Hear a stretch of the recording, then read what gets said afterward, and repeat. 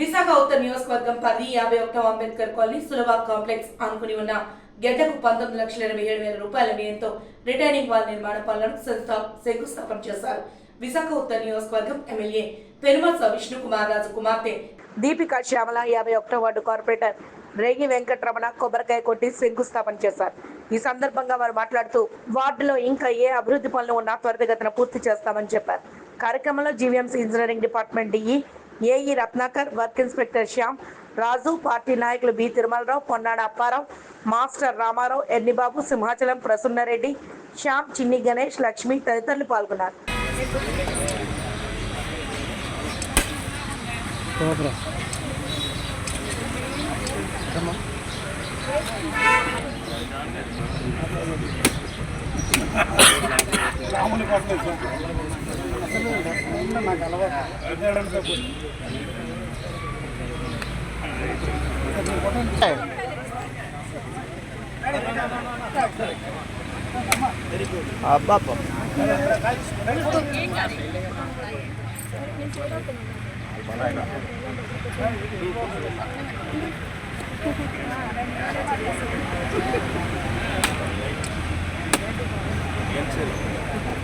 సుమారుగా 17,75,000 రూపాయలు శాంక్షన్ చేయడం జరిగింది.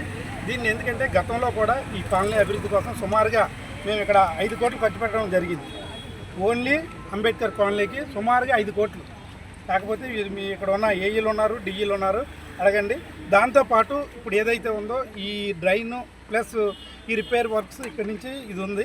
గతంలో కూడా ఏదైతే అంబేద్కర్ కాలనీ ఉందో గడ్డలు వచ్చేటప్పుడు దానికి రిటైనింగ్ వాల్ కూడా కట్టడం అనేది జరిగింది. ఇంకా మిగతా కూడా మనం చేయవలసిన అవసరం ఉంది. ఎమ్మెల్యే గారి దృష్టి కూడా తీసుకురావడం జరుగుతుంది.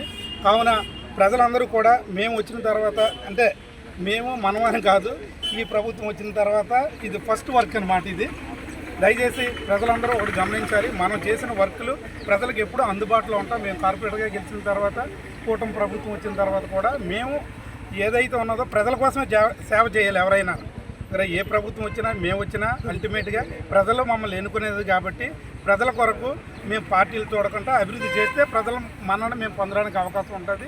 తప్పకుండా మేము ఇంకా ఈ కాలనీలో ఇంకా ఏమైనా సమస్యలు ఉన్నా తప్పకుండా అది పరిష్కరిస్తాం.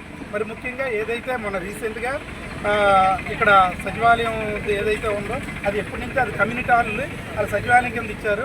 వాళ్ళకు కూడా మేము సచివాలయం శాంక్షన్ చేసి ఆల్రెడీ ఫౌండేషను, అదేవిధంగా దానికి కావాల్సిన పిల్లర్స్ వర్క్ కూడా అయ్యింది. దాన్ని ఏ విధంగా ఆపారనేది రేపు ఈ టౌన్ ప్లానింగ్ వాళ్ళు సరైన సమాధానం చెప్పవలసి ఉంటుంది.